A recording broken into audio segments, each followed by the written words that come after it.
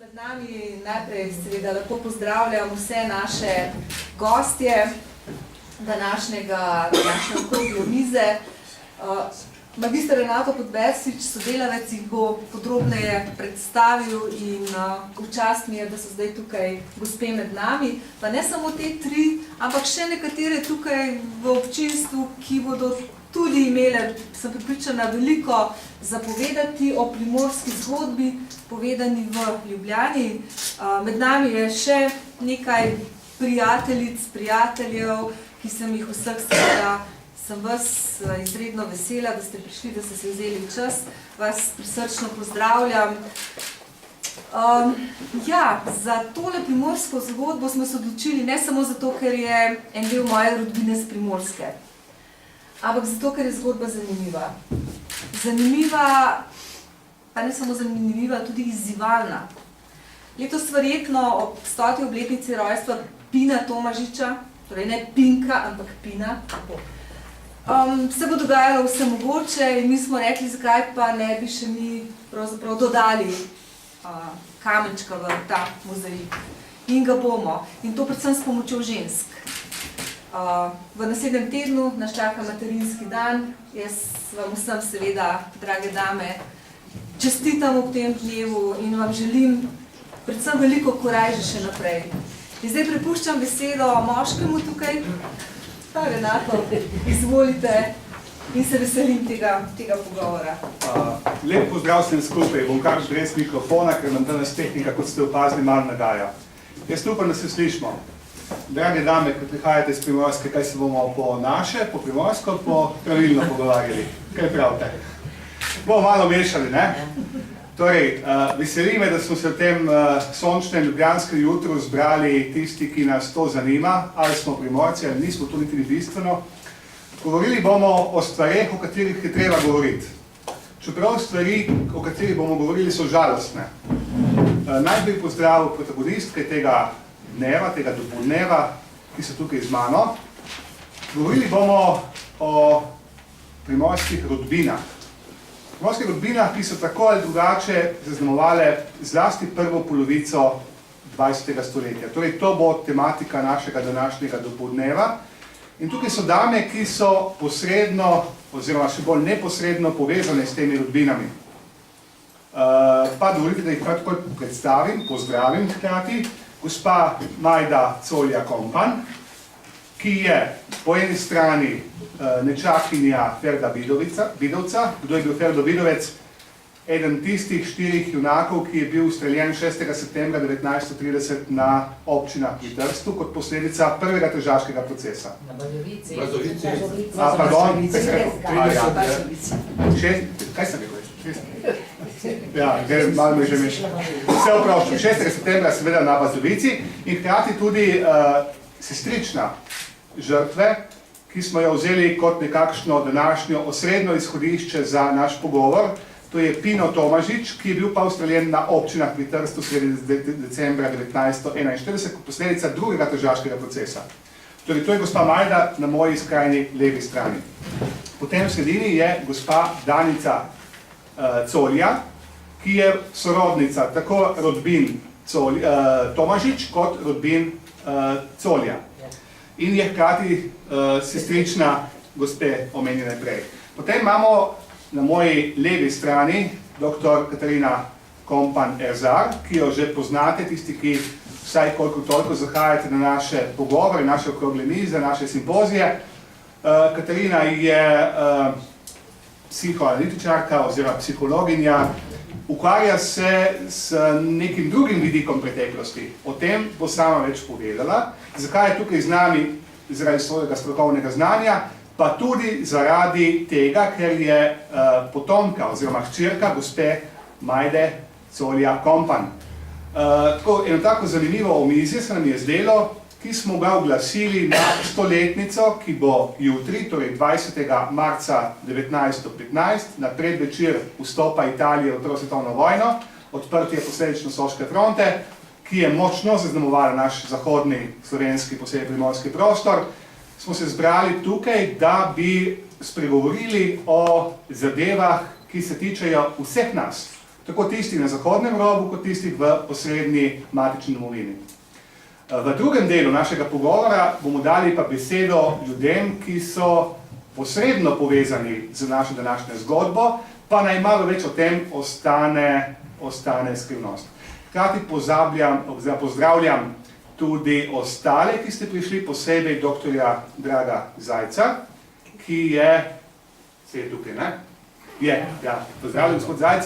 Tudi o vašem očetu bo saj omenjeno, tako je tudi vi ste posredno udeležen v tej primorski zgodbi.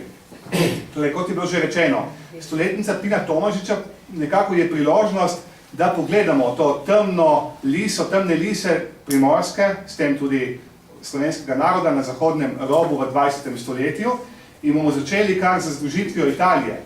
Dejansko že takrat, 1870, ko se konča ta proces združitve Italije, se pokaže tisto, kar pride potem do izraza med Prvo svetovno vojno, še bolj pa v obdobju med obima vojnama, ko dejansko italijanski identizem najprej pričakuje, potem pa tudi doseže tako imenovano združitev Italije, osvojitev novih nekdaj neodrešenih pokrajin in prihod italijanske vojske, potem italijanske države, posledično po letu 1920 tudi v naše kraje. Letos, poleg teh obletnic, je tudi stoletnica začetka Soške fronte, kar smo omenjali, ki izrazito preoblikuje naše ozemlje in povzroči, da nekaj, kar je dolga stoletja veljalo v našem zahodnem robu, dejansko postane stvar preteklosti. Potem krvava Soška fronta, to smo omenjali, in potem, kot smo rekli, Julijska krajina oziroma Primorska, ki dejansko postane italijanska pokrajina. S tem, ne pozabiti, pride po letu 1920 tudi uradno, pod podpisu Rapalske pogodbe, dobrega pol milijona Slovencev in istrskih Hrvatov pod italijansko državo. Zdaj boste rekli, odkot je potreben ta uvod. Ta uvod je potreben zato, da bi lažje razumeli dogodke, širše kontekst politično-vojaško-upravnega ustroja na Primorskem, ki je dejansko neposredno in naravnost grozljivo vplival na neposredne sorodnike naših današnjih sogovornic. Mi je prav čast, da kot moški lahko delujem v tem omizju. Veste, ponavadi zgodovinarji, sociologi, antropologi, nekoliko manj, ostali nekoliko več, jemljemo vojno, politično zgodovino, potem tudi diplomatsko zgodovino kot stvar moških. Tukaj bo pa danes neko drugo omizje, neka druga debata, neko drugo izhodišče, ki nam bo poskušalo dogodke osvetliti z druge strani. Povod je knjiga, ki je izšla pred 5 leti. Knjiga je drobna, izdala jo je založba Mladika iz Trsta, ni doživela kakšnega posebnega odmeva v srednjeslovenskih medijih. Naslov knjige je zelo poetičen, ampak govori pa o žalostnih stvareh. Po domovih kraških vasi so gorele svečke. Torej, smo na področju Primorske, smo po letu 1920, ko je požgan Narodni dom, kar je nekakšen, recimo temu, neposredni, materialni, tudi simbolni uvod v začetek preganjanja primorskih Slovencev, ko jim bila dejansko odvzeta pravica do izražanja v svojem jeziku, poučevanja, pisanja, in je bila slovenščina odrinjena na cerkveno ozemlje oziroma znotraj cerkva in na posamezne zavedne slovenske družine, ki jih ni bilo malo na Primorskem v tistem času. In tukaj začne dejansko potem zgodba Ferda Vidovca, ki je bil stric od gospe Majde Colja Kompan. Ampak prej, ko bomo njej dali besedo, da iz prve roke slišimo, kakšen je družinski spomin na njenega strica, ker tako se je spomin dolga leta in desetletja ohranjal na Primorskem, pa ne samo na Primorskem. Me zanima strokovno mnenje njene hčerke, torej moje leve sogovornice, zakaj je sploh potrebno govoriti o preteklosti. Zakaj se vam zdi, da te žalostne zgodbe, ki so nas tako ali drugače zaznamovale, pridejo na dan, toliko letih še, recimo 80 let in več, kar je bil ustreljen na Bazovici. Ja, hvala za to vprašanje. Mi res, ko se ukvarjamo z zgodovino, ali pa ko se poskušamo posloviti od enega zgodovinskega obdobja, ko se skušamo od zgodovine kaj naučiti, ali pa nekaj ponavljati stvari, ki so nesprejemljive, to delamo na različne načine. Po eni strani bi radi politično ustvarili sistem, ki tega ne bi dopuščal, po drugi strani bi želeli urediti sobivanje na tak način, da bi bilo humano do vseh ljudi. Poskušamo z denarjem, z ureditvami, z privilegiji ali brez privilegijev, z zatiranjem drugače mislečih ali s podpiranjem isto mislečih. In ponavadi na take strukturne načine se iz zgodovine ne naučimo ničesar.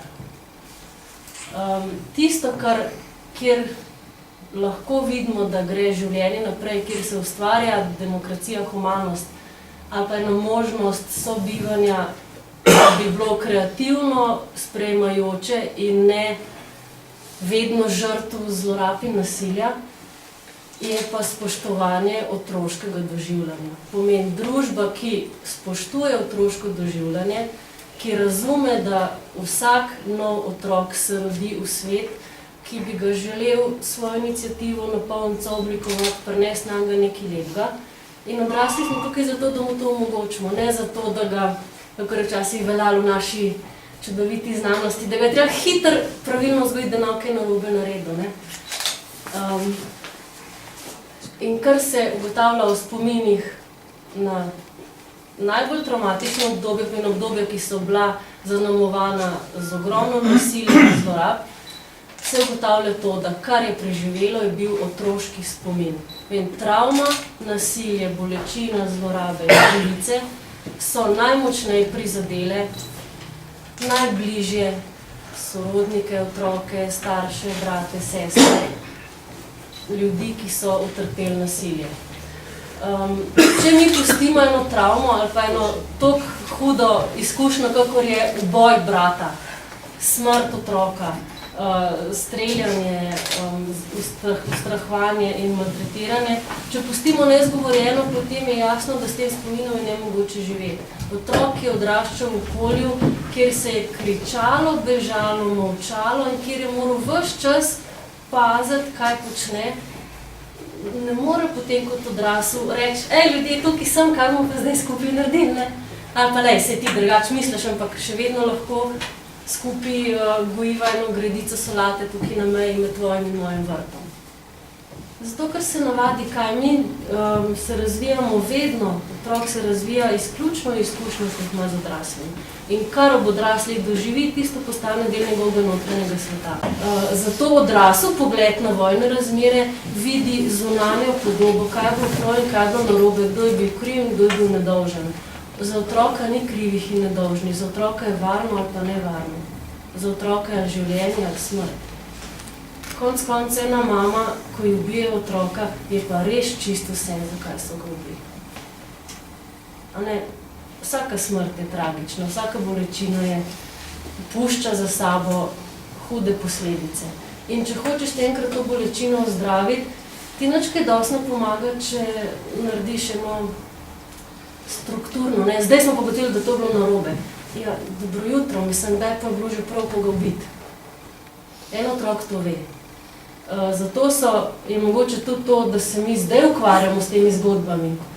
Zelo logično, ker zdaj so odrasli otroci, ki so svoje notranje doživljanje oblikovali v vojnih razmerah. In kdaj lahko otrok, ki v sebi nosi vojne razmere, spomin na vojne razmere, doživljanje vojne, kdaj lahko spregovori, ko vidi svoje vnuke, ko ve, da je šlo življenje naprej, kljub temu, da je bilo prekinjeno tam, ki ne bi smelo biti. In je tudi govor o vojni z vidika otroškega doživljanja bistveno globji, bistveno širši in predvsem brez ideoloških razkolov. Odrasli ne znamo jokati, odrasli ne znamo govoriti o svojem življenju, odrasli se naj skregamo, kdo ima prav, pa kdo ima narobe, kakor da bi vsi skupaj izjokali svojo nesposobnost, da bi ustvarili svet, v katerem se da vsaj preživeti.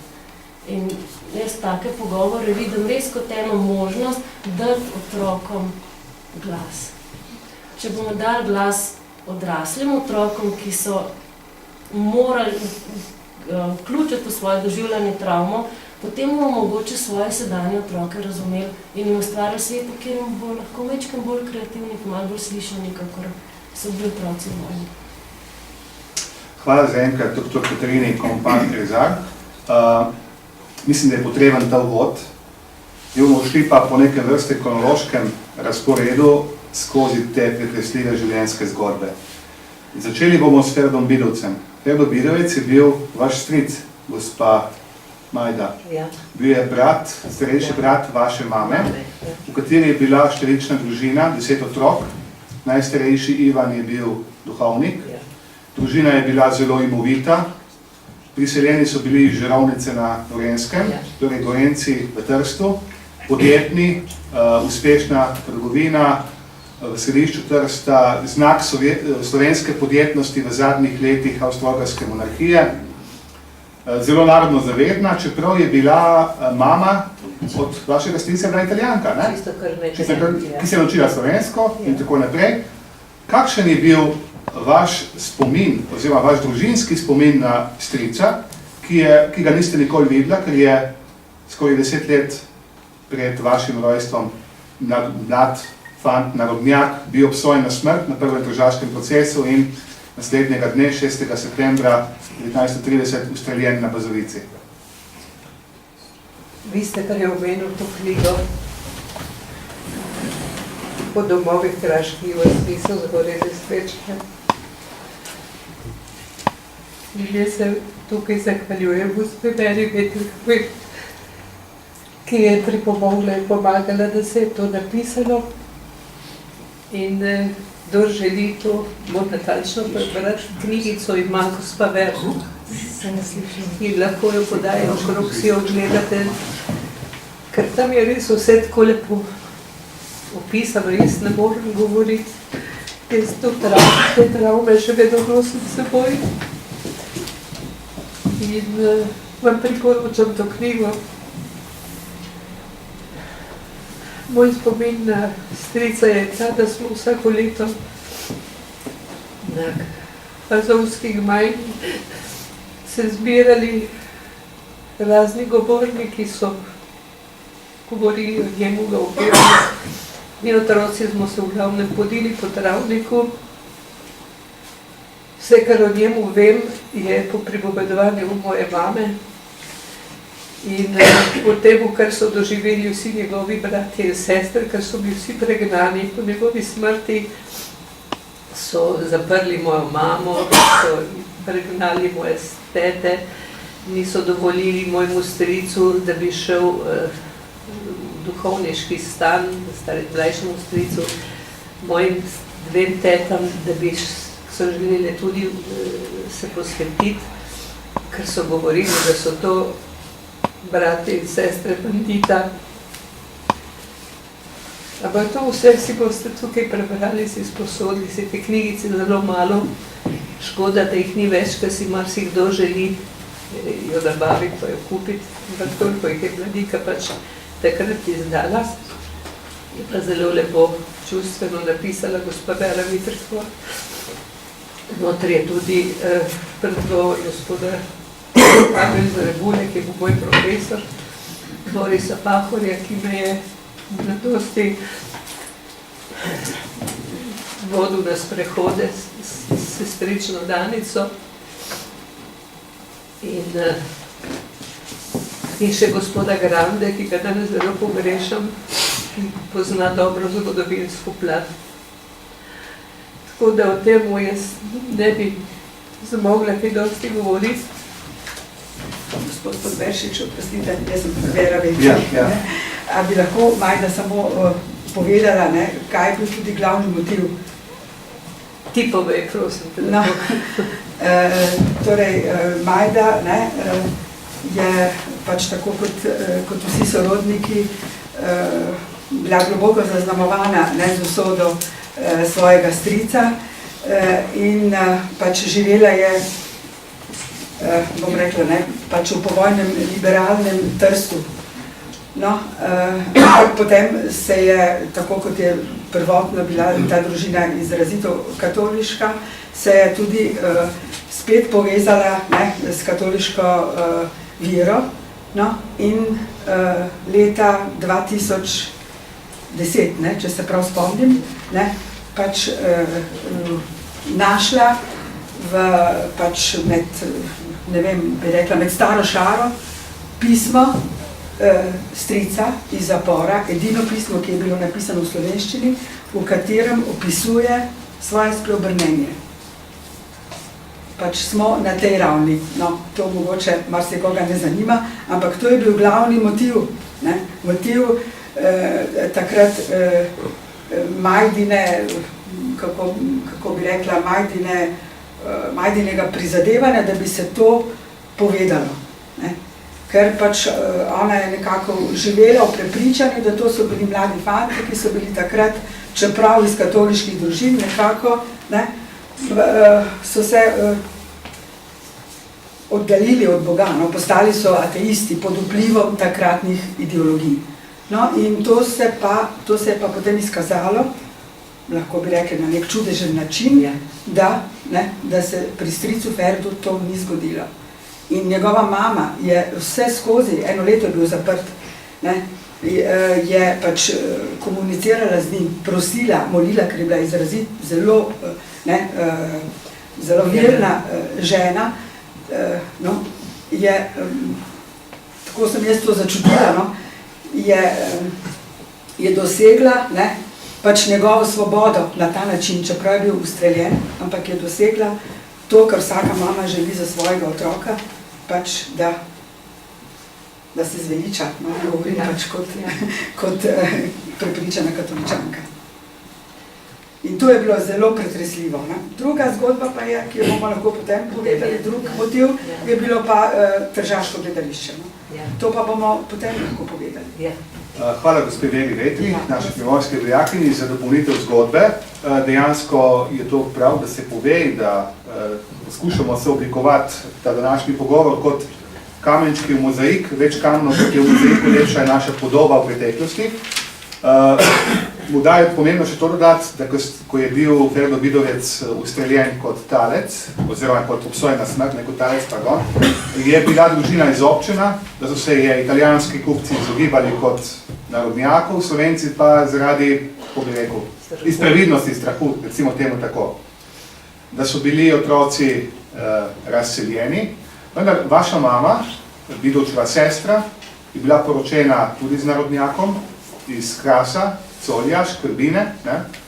In to je bila izrazita narodnjaška družina, ki je delovala zelo na teh narodno-obrambnih pozicijah na Primorskem, tudi potem zlasti med drugo svetovno vojno pod vplivom Osvobodilne fronte, partizanskega gibanja, tudi potem mama bila zaprta, oče v partizanih, in vi ste odraščali pri drugem delu družine, ne? Torej zdaj, če zapustimo na videz družino Vidovec, gremo na družino Tomažič. To je pa družina, ki so sorodniki vaši po vaši očetovi strani. Izhajajo iz okolice Ilirske Bistrice, iz Janeževega Brda. Tudi oni zelo podjetni v Trstu v letih pred prvo in tudi pred drugo svetovno vojno. Tudi ena od teh primorskih družin, ki je prišla iskat boljšega kruha v Svetovljanski Trst, ga tudi tam našla, tudi vaš oče, oziroma vaš stric, Pinotov oče, je bil zelo podjeten, tudi mama. Tukaj vidimo dejansko sliko z poroke vaše mame in očeta leta 1938. To je bila ugledna poroka v uglednem mestu. Na vaši levi strani s puščico je Pino Tomažič, ki je bil vaš bratranc. Torej, če se premaknemo iz rodbine Vidovec na rodbino Tomažič, Pino Tomažič, vi ga dejansko ste videla parkrat v življenju. Jaz sem ga videla, da se spomnim samo enkrat v življenju in sem prinesla tudi to rožico s seboj, ker sem mu dala v zaporu dan pred smrtjo roza nageljček. To je edini živ spomin, skozi rešetke sem mu podala ta nageljček. Take barve približno. To je edini živ spomin, drugače pa ostali spomini so pa trpljenje moje tete in jok v tej hiši, je bil samo jok. In jaz sem kot otrok, brez očeta in mame, ki sta bila pač v partizanih in v zaporih, sem kar trpela, je bilo strah. Vi ste živela pri Tomažičevi doma, ne? Ja, 3 leta. In vi ste bila stara dobri 2 leti, ko so Pina Tomažiča kot obsojenega na smrt ustrelili sredi decembra 1941 kot posledico drugega tržaškega procesa. In kot ste prej povedali, ste ga, se spomnite, zadnjega obiska v zaporu, to je nekaj dni. Jaz vem, da sem se mogla fino stegniti, da sem ta nageljček podala, da je mu nageljček. To je vse, kar se ga tako spomnim, ne. Drugače pa smo hodili vsako leto na komemoracijo na občine, čisto v mrazu, ker je to 15. december, vzrače je bilo žalostno, sami jok, moja teta, ki je bila vedno vsa v črnini in mi otroci smo tam slikali, se nam seboj slike sva z Danico pa z jedno sestro. Nismo srečni, smo bili žalostni, ker smo videli, kako so vsi okrog nas žalostni, kako je teta jokala. Strica ni bilo več, Danice tudi ni bilo več takrat. Tako da je bilo to zelo hudo. In tega jaz ne morem preboleti, in zato težko govorim. In sem hvaležna hčerki, gospodu, pa moji Danici, sestrični, ki je dobila ime po Danici Tomažič, da mi pomagajo, da lahko sploh kaj povem. Žal mi je, da ni gospoda Mamiča tukaj, ki je bil eden izmed prvih, oziroma prvi novinar, ki je objavil tole in poslikal tole škatlo, v katere sem našla to pismo od Ferdota in še par pisem. In to pismo sem ga našla, veste kdaj, po 20 letih molitve za svoje pokojne, za svoje padle v karizmatičnem gibanju Prenove v duhu, ki ga je vodil pater Šef. In mi smo metali tja notu eno tako škatlo, oltar listke in jaz sem tja upisovala, da si želim pač pokoj tem dušam. In se pravi, takrat sem pol našla tale listek, res sem tak nemaren listek zmečkan, kjer se je razodelo, da se je stricu Ferdu v zaporu prikazal, no vse to boste prebrali v knjigi, prikazal en duh, s čemer sem se pogovorila pol še z gospodom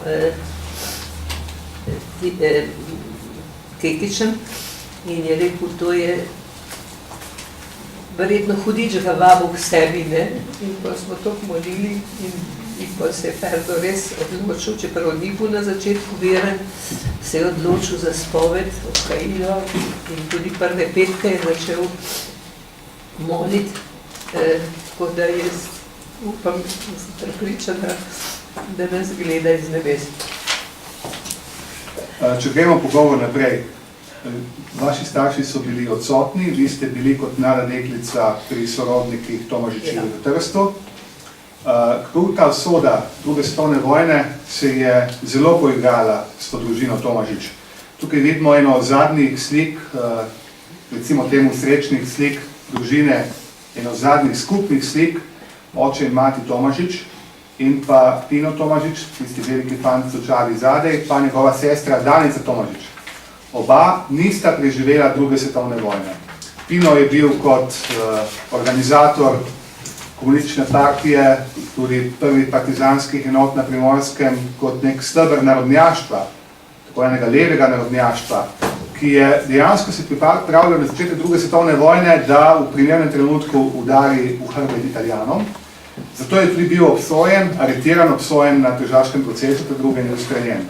Sestra Danica Tomažič je bila pa poročena z enim vodilnih primorskih krščanskih socialcev, doma iz Mirna na Goriškem, to je bil Stanko Vuk. Stanko Vuk je bil iz znane narodnjaške rodbine, ki še danes obstaja v Mirna na Goriškem, aretiran leta 1941, par dni, recimo par tednov po poroki z mlado ženo, bil potem zaprt izpuščen februarja 1944 in 10. marca 1944, potem ko sta samo nekaj tednov skupaj preživela ženo, je bil ustreljen v Trstu, v stanovanju v vili oziroma v ulici Rossetti. Skupaj z obema zakoncema Vuk, tako z Stankom kot Danico, poročeno Vuk, rojeno Tomažič, je bil streljen tudi dr. Drago Zajc, oče od gospoda Zajca, ki je danes tukaj z nami, ki je bil, kot se zdi, naključna žrtev tistega streljanja, o katerem še danes ne vemo točno, čeprav se stvari zadnje čase bolj izostrujejo, kdo je bil tisti, ki je sprožil strel iz revolverja, ki je 3 mlade ljudi pokončal. Tukaj med nami je tudi gospod profesor Martin Brecelj, ki je v zadnjih 2 letih veliko prispevkov, zlasti v Primorskem dnevniku, objavil o zagonetni smrti zakoncev Tomažič in pa gospoda Draga Zajca iz Ljubljane, ki so bili ubiti v ulici Rossetti. Če je nekdaj veljalo, da so bili žrtve tako imenovane plave garde, se v zadnjem času vedno bolj kaže in vedno več dokazov dobiva teorija, da so bili ubiti strani pripadnikov partizanskega gibanja. Naj obenem povemo, da gospa Majda še vedno čuva pohištvo Tomažičevih iz Trsta, ki je bilo, recimo temu, udeleženo pri tem streljanju. Tako da so v njenem pohištvu, v njeni dnevni sobi še danes na ogled komoda pa omarica s sledovi strelov 10. marca 1944. Na obenem poudarim še enkrat, da gospa Majda je Tržačanka, ponosna Tržačanka, ki je po študiju ostala v Ljubljani. Gospa Majda je bila 10. marca 1944 kot 5-letna deklica prisotna v trenutku, ko so starši Pina, že pokojnega Pina in Danice Tomažič, poročene Vuk, izvedeli, da so umorili njuno hčerko. To je bilo v večernih urah. A boste zmogla par besed o tem povedati? Po noči me je zbudilo eno tako rjovenje, da ga ne moram opisati. Grozno je bilo. Tako sta rjovela teta in stric, tej bolečini, ko sem zagledala zeta, hčerko prestreljeno skozi oko. In jaz nisem vedela, kaj to kričanje je, ampak to je bilo grozno. Ta krik sem slišala samo jaz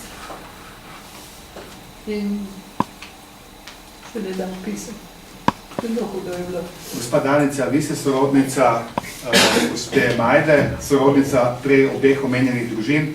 Kakšni so vaši družinski spomini v tisti čas? Kaj bi vi dodali k temu? Oprostite, rada bi se tudi predstavila. Sem najmlajša Pinova sestrična, Danica Colja, poročena Šemenc. Moja mama je bila Ivana Tomažič Colja, Pinotova sestrična. Torej, mamin oče, moj ded Ivan, je bil brat strica Pepina.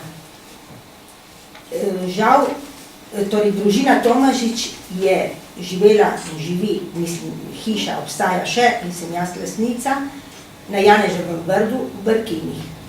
Družina Tomažič je prišla iz vasi Dobropol in 6 generacij, Dobropol pri Ilirski Bistrici, in 6 generacij je živelo prej v Dobropoljah, torej 6 generacij kasneje so prišli iz Dobropol na Janeževo Brdo.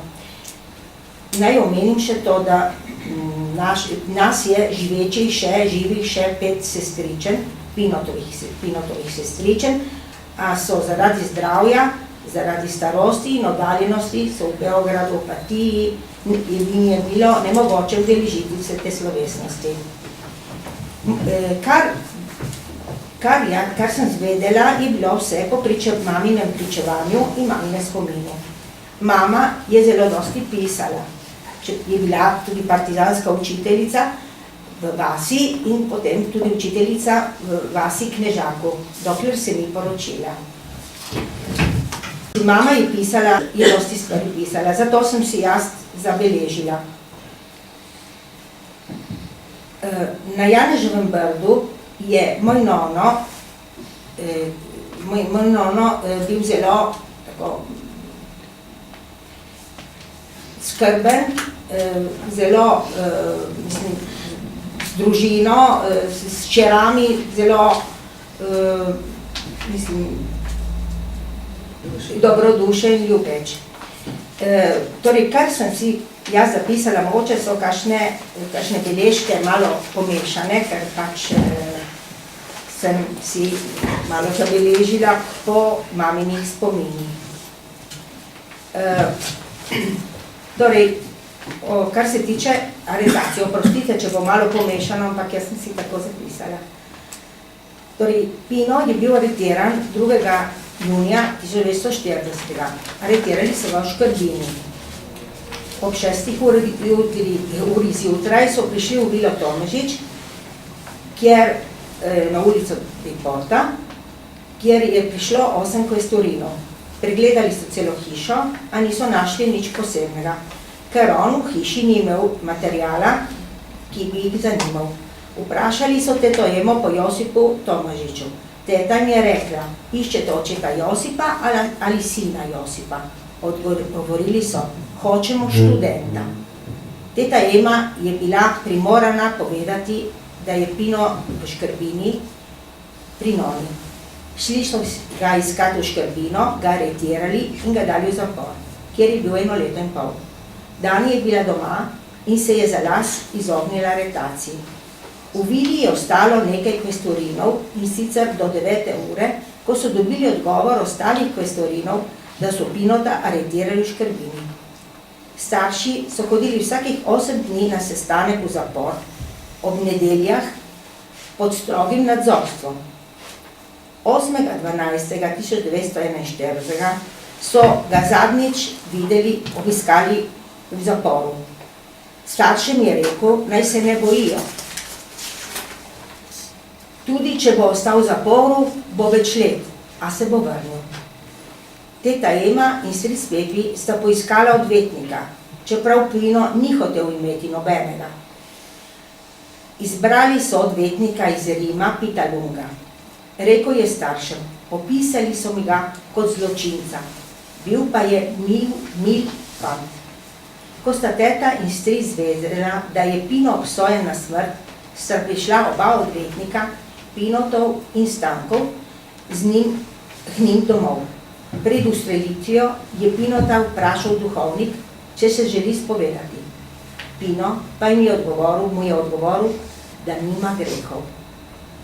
Po ustrelitvi je odvetnik Pita Lunga povedal staršem, da je Pino malo pred smrtjo dvignil roko po rusko in to ga je pokončalo. Moja mama, Ivanka Tomažič, je potom enega karabinjerja iz Komna izvedela, da je bil Pino ustreljen na občinah. Po Pinotovi smrti je prosil stric Pepi mamo, naj pride v Trst, ker sva kot 2 puščavnika. Čez par dni je šla mama s stricem Pepijem pogledat v bufet, ki je bil last strica. Bilo je vse razdejano, vse v vodi, v vinu in pivu, vse do vrat in tudi na cesto. Stric Pepi je jokal. Nek znanec, Italijan, je strica Pepija tolažil. Coraggio, signor Tomaži. Coraggio, gospod Tomaži. Prišli bodo boljši časi, verano tempi migliori. Mama je ostala v Vili Tomažič v Trstu 3 mesece. Ko je šla mama gledati na kvestu na njen prihod v Trst, so jo seveda vprašali za ime. Uradnik pa je odgovoril, siete anche voi di questa razza. Ste tudi vi te rase, ker je pač sin pisala Tomažič.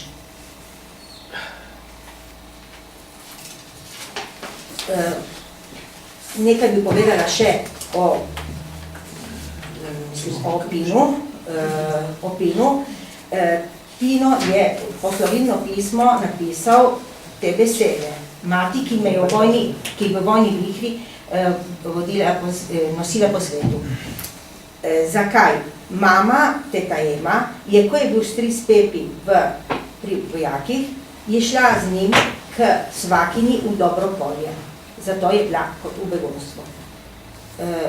Pino je hodil večkrat v Škrbino, na Janeževo Brdo, kjer je pomagal pri kmečkemu delu.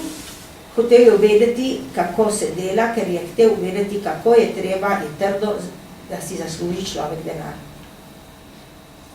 Imel je razne sestanke v vili in je učil tudi nekatere fante petje, ker je želel, da ne bi pozabili svojega jezika, slovenščine. Mislim, da druge stvari boste že povedali, sem dodala, mislim, če bo še kaj, bo lahko še kaj dodala. Večkrat je bila omenjena vila.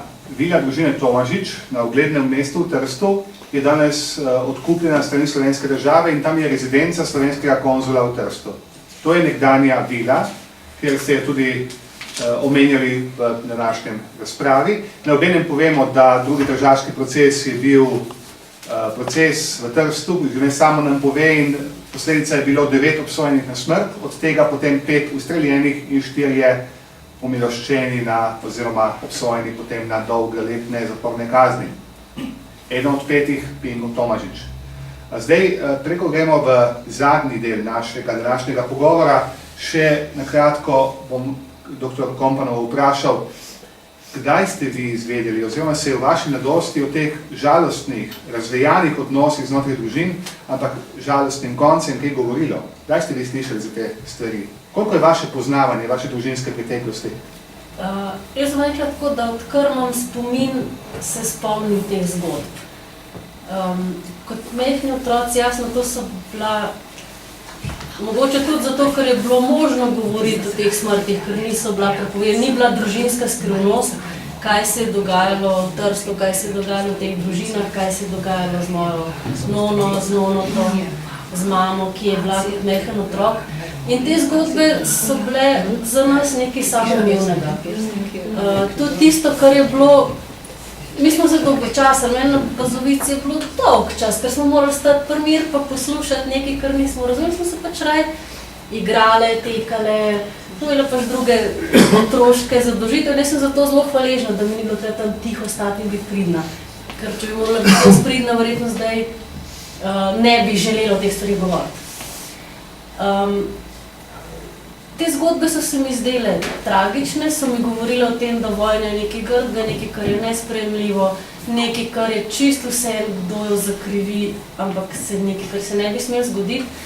In mislim, da verjetno tudi ne bi izbrala tega poklica, če me ne bi tako globoko ganilo, kakšna krivica se je dogajala tem otrokom. Otrokom v 20-ih, ko jih ustreliš, otrokom mehnim otrokom, ki ostajajo brez staršev, brez veze, otrokom, ki ne smejo govoriti v svojem jeziku, otrokom, ki sploh ne smejo govoriti. In sem zelo težko razumela vsakršno obliko grobosti do otrok.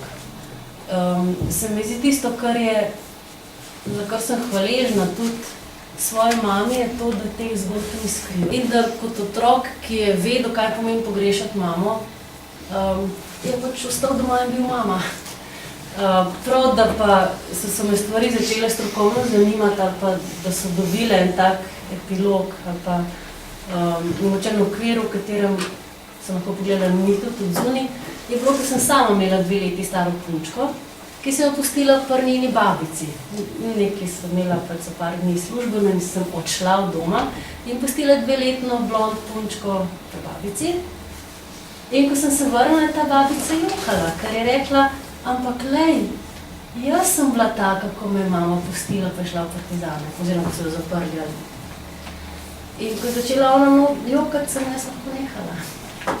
V smislu, ko vsaka generacija lastni svojo žalost, joka za svojo mamo, potem je naslednja rešena.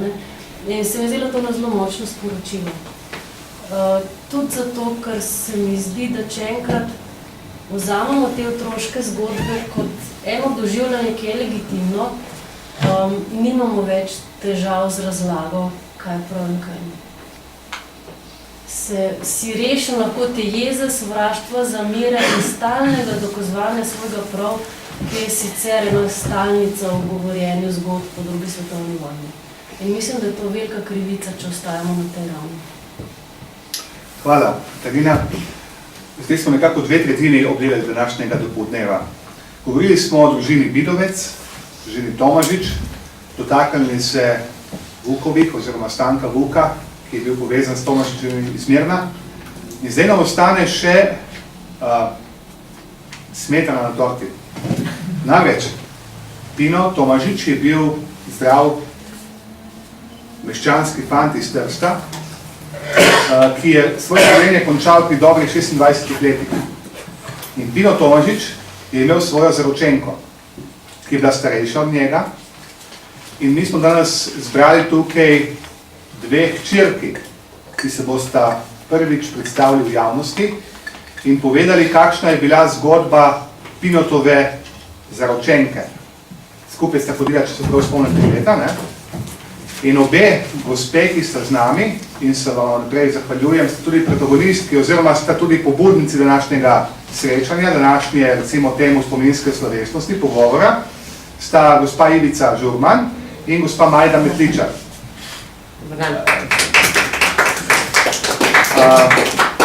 Namreč, oni dve sta hčerki Ine ali Vandeline Colja. Colja, veste, je že bil omenjen, ampak to je druga rodbina, zelo pogost priimek na zlasti na Severnem Primorskem, pa tudi v Trstu, kamor je prišel. Kakorkoli, Vandelina ali Ina Colja je bila 3 leta zaročenka Pina Tomažičeva, ko so ga ustrelili, ko so ga ubili, in doma iz Vipavske doline. In dejansko bo danes gospa Colja prvič predstavljena širši javnosti. Njenih slik ni prav veliko ohranjenih, ena je pred vami, gospa je na vaši levi strani. Zdaj bi njeno hčerko prosil, da jo na kratko predstavi. Prosim. Lepo pozdravljam vse prisotne. Torej, slišali ste zelo zanimivo zgodbo, ne, in govorijo o Coljevih, ne. Mi smo Coljevi dejansko vsi, ne. Dejansko se pa nismo poznali do pred kratkim, ne. Slučajno spoznali smo se naključno dejansko, ker sem jaz tudi članica odbora 2014, torej odbora za človekove pravice, in kot taka sem večkrat nastopila pred Vrhovnim sodiščem in tam so se znajdla tudi, mislim, je bila tudi Majda, pa njena hčerka. Pravzaprav spoznali smo se pa čisto tako, ker sem jaz imela nek intervju v reviji Demokracija in sem tam omenila tudi torej Pina Tomažiča. Omenila sem namreč Pina Tomažiča, zakaj? Zaradi tega, ker danes se njegovo ime nekako zlorablja, politično zlorablja, predvsem preko tega pevskega zbora Pino Tomažič, kar pravzaprav nas moti, ker danes vam bom predstavila našo mamo in naša mama je bila punca, bomo rekli, Pina Tomažiča in ona ga čisto drugače v svojih zapiskih predstavlja. Torej in jaz sem rekla, on ni bil revolucionar, čeprav je pač kot mlad aktivist, bom videla, si je želel pač pod fašizmom neke osvoboditve in tudi neke socialno pravičnejše družbe, ne? Ampak on je bil dejansko že takrat demokrat. In mislim, da to, kar se danes dogaja, da ga zlorabljajo, ne? S tem dejansko ta bivša nomenklatura nekako permanentno nadaljuje s to revolucijo, mi pa želimo neko spravo, mi želimo dejansko, da, tako kot je gospa Katarina povedala, ne, da začnemo novo pot v novi državi, demokratični državi. Torej, edino resnica je tista, ki osvobaja. Edino resnica, zgodovinska resnica, je tista, ki nam omogoča, da bomo šli v neko pravo demokratično prihodnost. In zato sem se danes odločila, da vam predstavim pravzaprav lik preko moje mame, oziroma svoje mame, tudi lik Pina Tomažiča. In sem zelo nakratko, ker so mi rekli, da moram biti kratka, napisala sem. Po prvi svetovni vojni je Primorska pripadla Italiji. Zaradi težkih življenjskih razmer se je v 30 letih polovica mamine družine, namreč mama moja, Vandelina Colja, nakratko je bila Ina, se je rodila v Rihenbergu takrat, današnjem Braniku v Vipavski dolini, torej na obrobju Krasa dejansko, in takrat so bile pod fašizmom izredno težke življenjske razmere. Polovica družine je dejansko se izselila v Argentino. No in prav v tem času, v 30 letih, je 20-letno dekle Vandelina in Acolja na Krasu spoznala še mlajšega, vendar že takrat tako zelo zrelega in odraslega študenta Pina Tomažiča. Kasneje je v svoji beležki napisala, namreč mi smo dobili njene zapiske, ki niso poznani, jih je nekako tudi skrbno čuvala, ni kazala, to je bilo nek njen skrit dnevnik in kasneje šele po smrti smo mi dejansko to našli. Tako je napisala, nikoli dotlej nisem srečala tako širokega človeka. Torej, ta stavek vam pove, da dejansko to je bil človek, ki je imel veliko razsežnosti. In jaz sem po priporočilu gospe Majde prebrala tudi knjigo Zatemnitev Borisa Pahorja, kjer opisuje tudi pač sestro Pinotovo Danico, njun prisrčen odnos in tako naprej. In tudi Boris Pahor ga je videl dejansko v tem in v nekem predelu knjige piše, kako je to liričen človek. Medtem ko mi ga imamo pred očmi kot revolucionarja. Revolucionarji so pa tisti, ki so krvavi pod kožo, ne? Nekako tako si predstavljamo, danes mi vemo tudi, da revolucija torej ni bila samo osvoboditev NOB, osvobodilni boj, ampak je bila dejansko revolucionarna. To revolucionarnost se je začela že dejansko v 41. letu, nadaljevala se je pa potem še po vojni. Zato sem se odločila, da bom to njegovo širino malo bolj predstavljala. Torej, bil je ljubeč do otrok in do odraslih. Bil je dostopen, bil je odkrit. Povedal je vedno, kar je mislil. Brez vsiljivosti je znal prepričati, saj je v vsakem trenutku kazal poštenost in resnicoljubnost. Tako ga je mama opisovala v svojih beležkah. Torej, res bil je širok človek. Veliko je bral raznovrstno literaturo, bil je razgledan in rad je znanje prenašal na druge. In čutil je moč in dolžnost po osvoboditvi ljudi, ki so trpeli pod fašističnim nasiljem. Torej, čutil se je močnega, tu pa je bil močna osebnost, ne? In neko dolžnost v sebi, neko poslanstvo je čutil. Dejansko, da sodeluje pri tej osvoboditvi ljudi, ki so trpeli pod fašizmom, pod nasiljem, in vseh, ki so bili v težkem socialnem položaju, podrejeni in ponižani. Mi vemo, da je on bil rojen v bogati družini, trgovski družini, torej imeli so vilo sredi Trsta in tako, in dejansko vidimo tu njegovo solidarnost, ne? In razumevanje položaja tistih, ki so bili v slabem položaju življenjskem in recimo ponižani tudi. Tako da, ko sem to prebirala, sem se spomnila in sem napisala, kako zelo je spominjal na Cankarja in tudi na Kosovela, ki je tudi občutil fašistično diktaturo. In vse te lastnosti so moja mama, ki je bila mlada, bila je preprosta, vendar bila je naravno inteligentna. Bila je živahna, bila je vedoželjna, vse to je na njo dejansko naredilo velik vtis. Vidim iz njenih zapiskov, ker si je vse to zapisala, to pomeni, da je to pustilo na njej nek dolgoročen pečat. No in ta pečat je ona prenesla tudi na nas, svoje otroke in na svoje vnuke. Mama je imela dejansko podobne življenjske poglede kot Pino Tomažič. Torej, njen fant se je z njim zbližala in zato sta se tako dobro razumela. Bila je naravno inteligentna, razumna, širokega srca, razmišljanja in tudi socialno čuteča ženska. Torej, vidimo, da sta se zelo ujela. V vseh pogledih sta se izredno ujela, ne? In vse te lastnosti dejansko je iskala tudi kasneje, ko ga ni bilo več, saj je v poslednjem pismu, tik pred smrtjo, napisal: živi, treba je živeti. In sem se odločila, da vam preberem še eno kitico, ki jo je napisal v pismu, ki mu ga je pisala sestra Danica v zapor.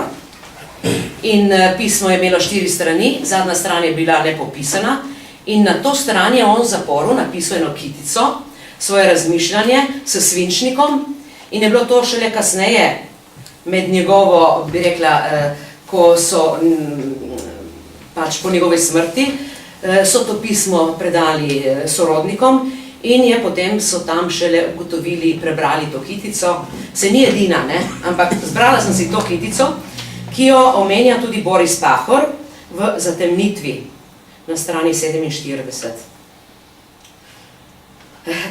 In boste sami videli, kaj vse, kako močna je ta kitica in njene misli. Temni obrisi križev na steni, skoznje šine ptice odsev.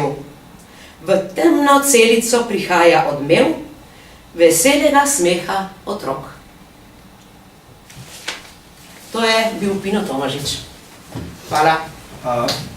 Hvala. Zdaj bi prosili še, da boste videli, kaj je človek sposoben napisati 3 ure pred usmrtitvijo. Njega so usmrtili, ko smo že danes povedali, 15. decembra 41 ob 8:05 zjutraj na občinah. Ob 5. zjutraj je napisal eno zadnjih pisem, napisal je svoji zaročenki, ki jo danes že nekaj minut omenjamo. In bi prosil gospod Alenko Puhar, če nam prebere en delček tega pisma Pina Tomažiča Vendelini Colja. Preden sem pristala, da bom tukaj govorila, nisem vedela, torej ko sem pristala, nisem vedela, da bom ostala brez glasu, opravičujem se vam, ampak ne bom preveč o tem govorila, ker je preprosto nespodobno, da se zaradi ene viroze ali prehlada opravičujem človek, ki bo prebral namesto ustreljenega nekaj besed. Torej, to pismo ima datum 15. december 1941 ob 5. uri zjutraj. Moj glas ponaša moški glas. Mila deklica, mislil sem, da bo dovolj, kar sem pisal v prvem pismu, a nekaj me sili, da pišem še kaj. Morda spomini, morda dejstvo, da sem dobro spal in da sem miren in pripravljen. Sicer pa ne bom mogel povedati vsega, kar bi želel, kar bi hotel in kaj pomenijo besede brez dejanj. Žal mi je, da je bilo leteh v mojem življenju premalo. Žal mi je, da bom odnesel s seboj to, kar sem nakopičil v možganih tekom dolgih let. Sicer ni mnogo, a vendar sem imel vedno dober namen, da bi koristil človeštvu. Spomnil sem se nenadoma otrok na Krasu in ob Branici. Moji mili, dragi prijateljčki, uverjen sem, da me boste imeli v spominu, ko sem vam nagajal, ko sem se z vami igral, kako so bili lepi popoldnevi na Krasu, v dolinicah, kako je pelo morje v Čedasu in srebrna vipava se je mirno vila v sanjavem, bajnem luninem situ. Lepo je bilo življenje, užival sem vsak njegov trenutek, vsak žarek sonca, najdrobnejšo kapljico dežja. Pa mi ni prav nič žal, če se bo končalo. Milijoni ljudi žrtvujejo v teh letih groze svoje življenje in malo jih je med njimi, ki razumejo kot jaz, da ni smrt nič drugega ali celo nujna dolžnost napram človeštvu. Prej je bil tu duhovnik in sva se mirno pogovarjala. Rekel sem mu, da je moja pot začrtana in da je ne spremenim. Ločila sva se kot dobra prijatelja, ker je kljub svojemu stanu dober fant. Ponavljam, da mi je le težko zate in za vse, ki boste preveč trpeli radi mene. Prav tako mi je hudo, ker sem se ločil od tovarišev in sem jih moral tolažiti. Pa ne ustavljaj se preveč ob meni.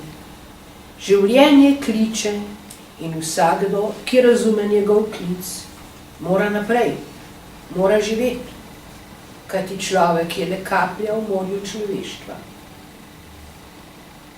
Če bo vreme lepo, bom vesel in bom pozdravil še enkrat naravo in svet. Saj ne bo nič hudega. Vse bo minilo v hipu in zemlja, ki sem jo vedno ljubil, me bo sprejela in jaz bom njen del, klica novih presnavljanj, klica novih življenj.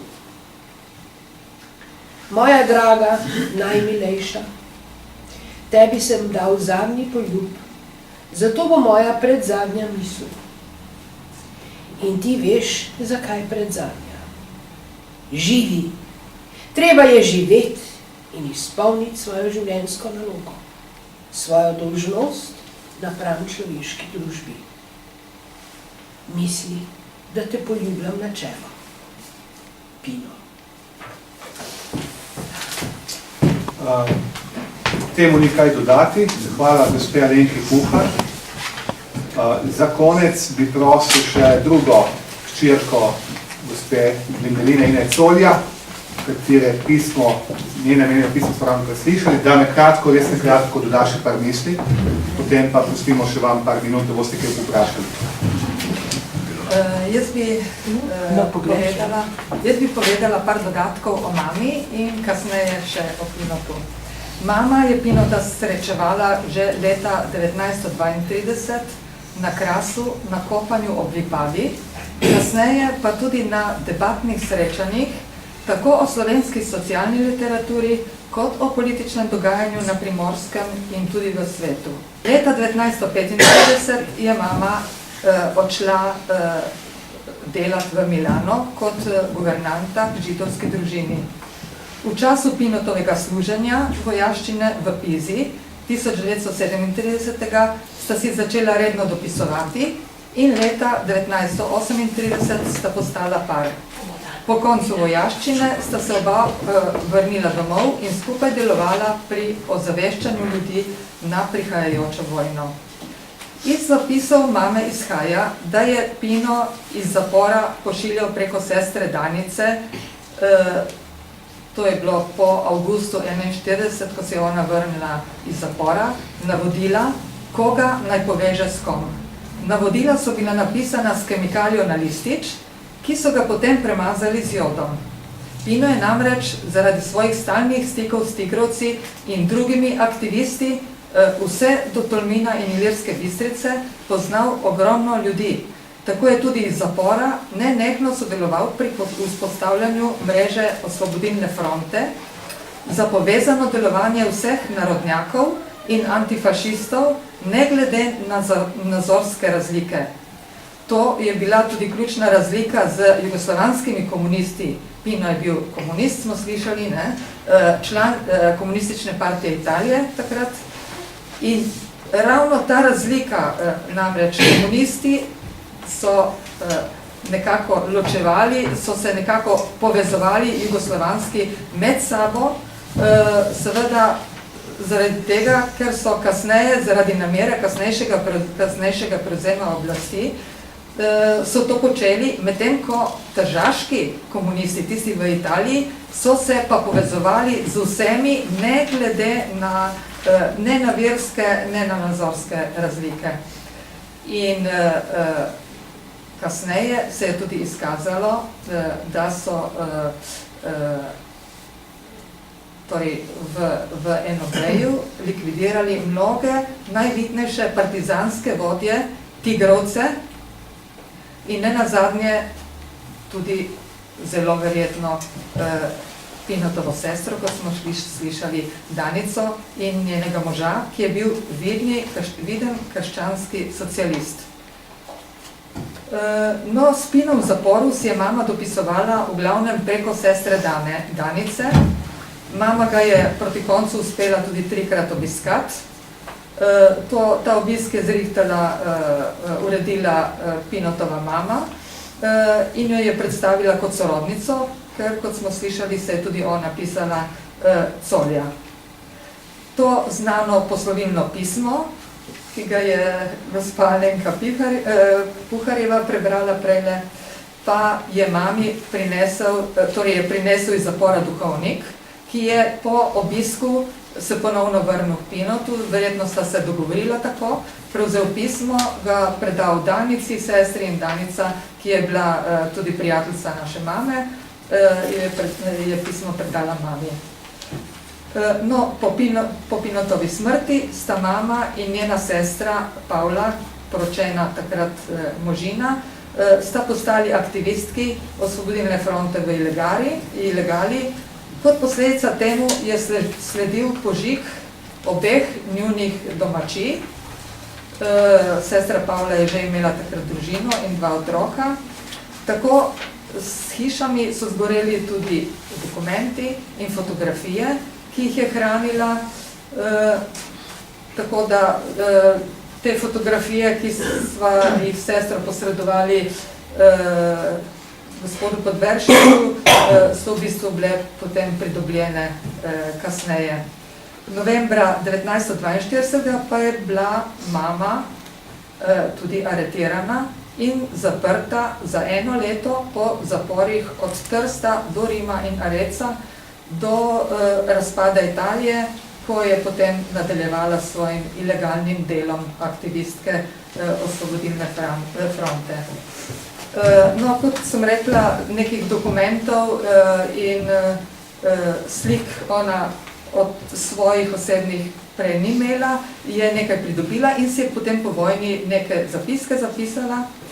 In sedaj, ko sva nekako, ko je prihajala ta 100. obletnica rojstva, Pinotovega rojstva, sva sestro še sedaj vse te zapiske pregledali. Mama nam je prej pripovedovala samo določene ključne stvari o Pinotu, tako da sva nek vtis se skozi nosili o njem, vendar nekih zgodb pa ne, ker je mama zaradi vseh teh doživeti v življenju, od teh smrti, vojne, zapora in tako dalje, težko to prenašala na nas.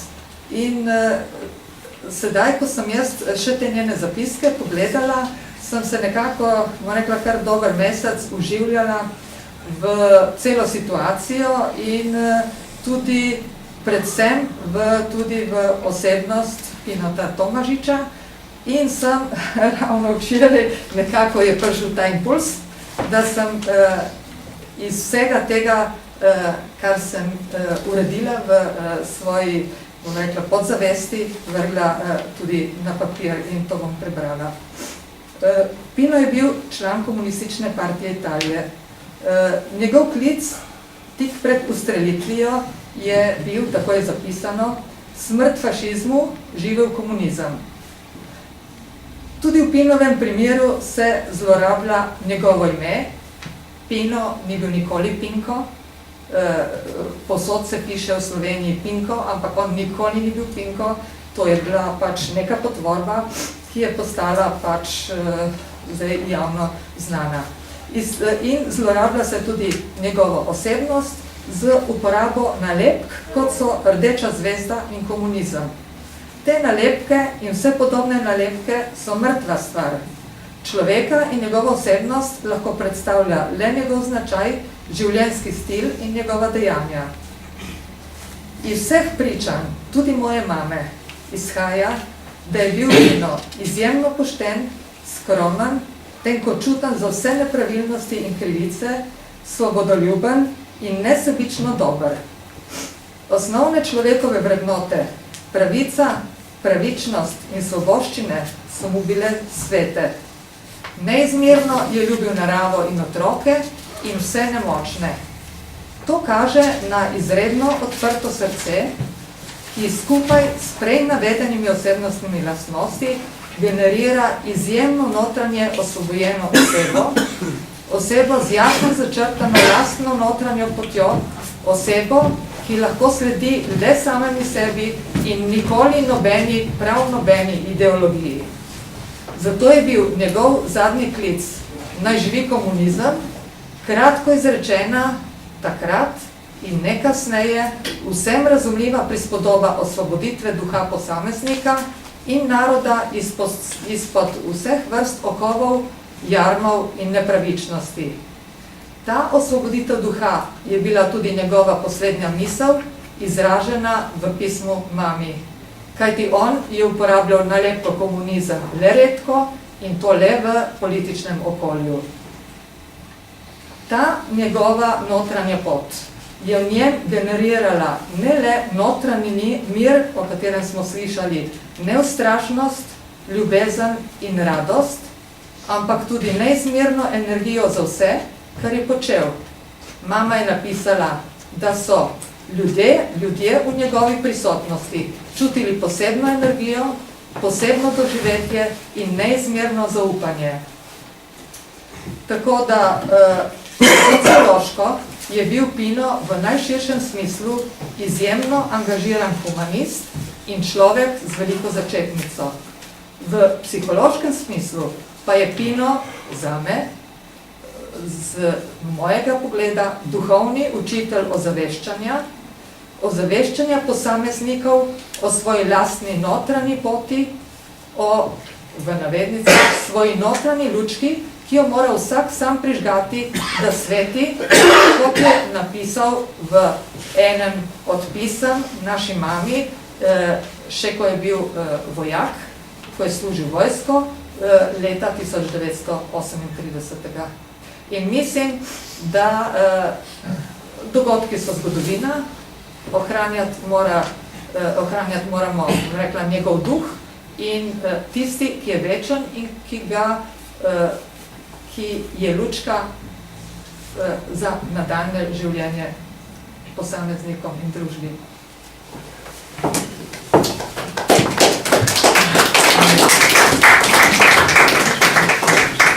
Uradni del je s tem končan.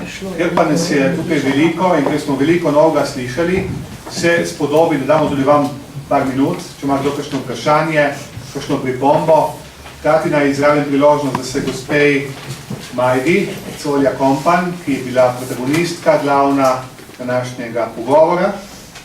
Povedali smo, kako je sorodstveno povezana z vsemi mogočimi rodbinami danes, potem njeni sorodnici, gospej Danici Colja, ki je obenem tudi ima ime po Danici Tomažič, njeno sodo smo slišali danes. Potem hčerki gospe Majde, Katarini Kompan Colja, Kompan Erzar, ki nam je strokovno naš pogovor zapakirala. Potem posebej zahvala profesor Veri Vetrih, ki nam je tudi dala svoj prispevek in uredila to lično knjižico, ki govori širše o zadevah, ki so o njih pogovarjali. Gospej Alenki Puhar za doživeto prebranje pisma, ki nima kaj dodati oziroma nekaj komentirati, ga ste ga slišali. In pa na koncev obema pobudnicama današnjega srečanja, hčerkama Pinotove sporekli radostne ljubezni, njegove zaročenke, gospe Ivice Žurman in gospe Majde Metličar. Hvala za vaš prispevek. In na koncu bi rad pozdravil, se nam je pridružil tudi gospod Gorazd Pučnik, tudi njega kot tržaškega rojaka lepo pozdravljam. Gospoda Draga Zajca smo že pozdravili. Če imaš še kakšno vprašanje, pa imate čas, da kaj dodate, kaj poveste, ali vprašate. Izvolite. Jaz nisem sicer specialist za tovrstno zgodovino. Omenili ste Kosovela kot izhodišče za mlade ljudi. Seveda, Kosovel je bil, tudi njega so imeli za komunista, čeprav moramo priznati, da je Kosovel temeljil predvsem na humanizmu. Ta isti humanizem je bil verjetno izhodišče tudi za primorske komuniste, ki so imeli, kolikor je znano, recimo Vladimir Marteljanc, recimo Fanica Ovidova, so imeli svoj komunizem, so dojemali svoj komunizem predvsem kot narodno vprašanje, kar je bilo seveda različno. Če pogledamo, kaj je pisal Boris Ziherl v takratni Jugoslaviji v 30-ih letih, piše o komunizmu kot o razrednem boju in o ideologiji.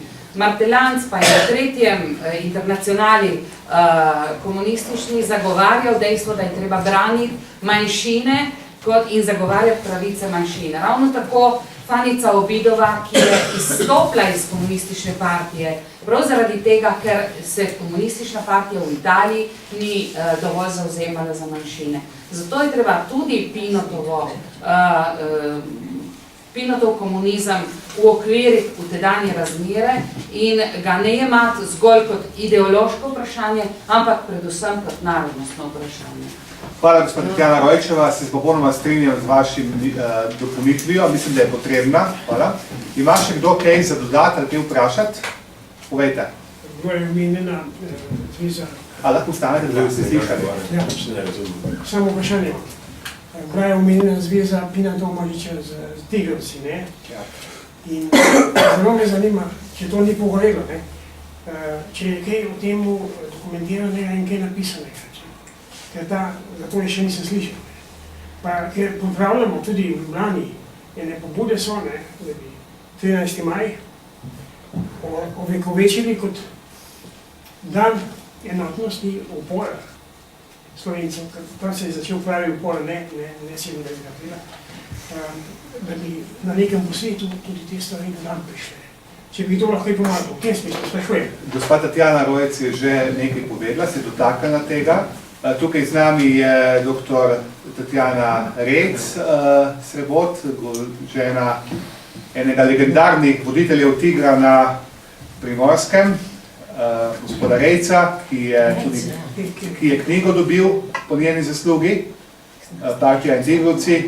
V knjigi je marsikaj opisanega, mislim pa, da je Tatjana Rojec, gospa Tatjana Rojec prej lepo povedala, Primorska je bila, ne, sta dve, Rejc pa Rojec, sta dve gospe. Je lepo povedala, primorske razmere so specifične, so širše. Tam politika Ljudske fronte sodelovanja partije z Tigrovci, konec koncev je leta 1935 v Parizu podpisan akcijski sporazum o sodelovanju. Torej, platforma proti fašizma je bila močnejša, predvsem pa drugačna, kot je bila platforma v osrednji Sloveniji. Zaradi tega tudi pride do nasilja in tudi do pobojev, umorov določenih Tigrovcev.